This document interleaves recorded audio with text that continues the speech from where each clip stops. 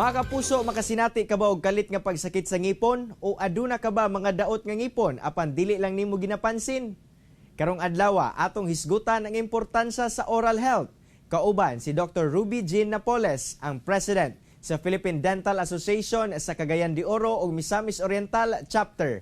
Doc Ruby, mayong buntag og dayon sa At Home with GMA Regional TV. Kamusta, Doc? Hello, maayong buntag, Sai. Okay ra pud, maayo biya. Dok, unang-una, pwede ba nimo ma-explicar sa atong mga kapuso nga nagtanaw karong adlaw kung unsa kining ginatawag nato nga oral health?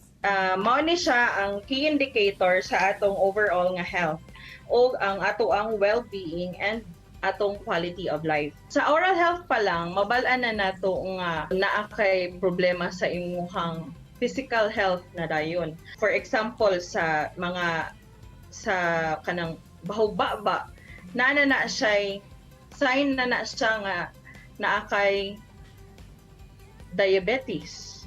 Pwede siya, nga na. Or, pwede po gihapon siya na maka-lead to cardiovascular diseases, to cancer, to chronic respiratory diseases. Dok, unsa ba ka-importante nga matagaan og pagtagad ang oral health ug kung mapasagdan kini, unsa ba ang mga posibleng epekto niini? Pwede ta manimaho atong baba. Naatay gum disease, naatay dental caries, kato siyang mabangag ang ngipon.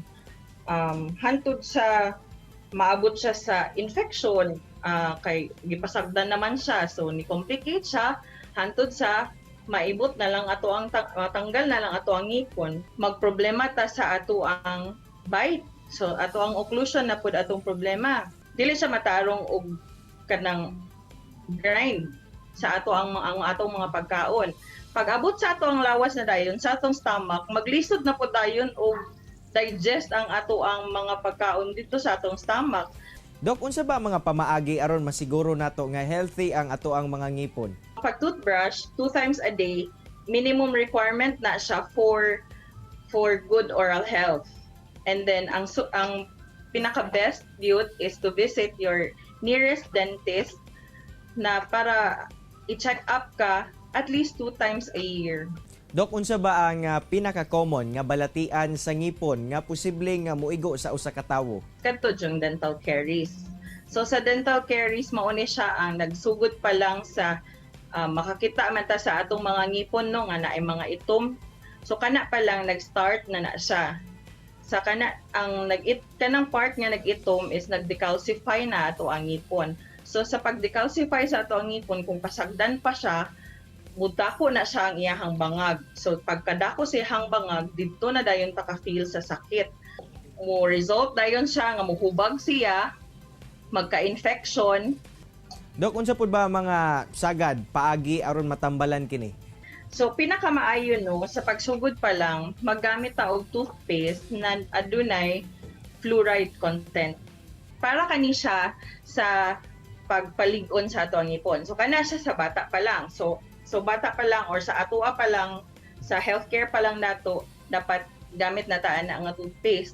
Dok, based on experience, unsa pud ba ang sagad nga mga rason nga nung maguba ang ngipon sa usa ka tawo? Ang pinaka-reason sa pagkadaot sa ato ang ngipon is ang carbohydrates. So this is the starchy food, katong mga tamis nga pagkaon, katong mga tapos pagpasagad nato sa itong mga ngipon, dili nato siya ginatoothbrushan for a very long time, dinha siya yun nga makadaot sa ato ang mga ngipon.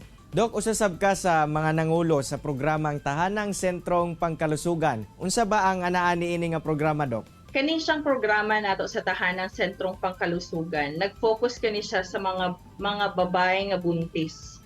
Sugod pa lang, sa pagbuntis pa lang, ato na silang gina-seminar sa ilahang angay nga pangkaunon kay para healthy o maayo ang panglawas sa ilahang babies. So paggawas ana sa mga baby nila, amo po dayon na silang tudluan kung unsaon paglimpyo sa ilahang mga baby, sa ilahang baba sa gums sa ilahang babies. So para maanad po dayon ang mga bata kung unsa ang lasa sa toothpaste, kung kanang unsaon pag nga dapat murag mahabit bitaw nato ang mahabit sa baby nga makatoothbrush jud siya ug masugod pa lang na-train na siya. Lastly, Doc, imuhang mga tips ngadto sa publiko aron magpabilin nga healthy ang ilahang mga ngipon. To always good, brush your teeth. Maski samot na karon nga naka-mask bitaw ta, ang uban kay makalimot na lang dayon og toothbrush kay tungod kay naka-cover ang ilahang baba. Dili lang unta pod na nato buhaton no. Kay kita ra man pod gihapon ang mag-suffer along the way.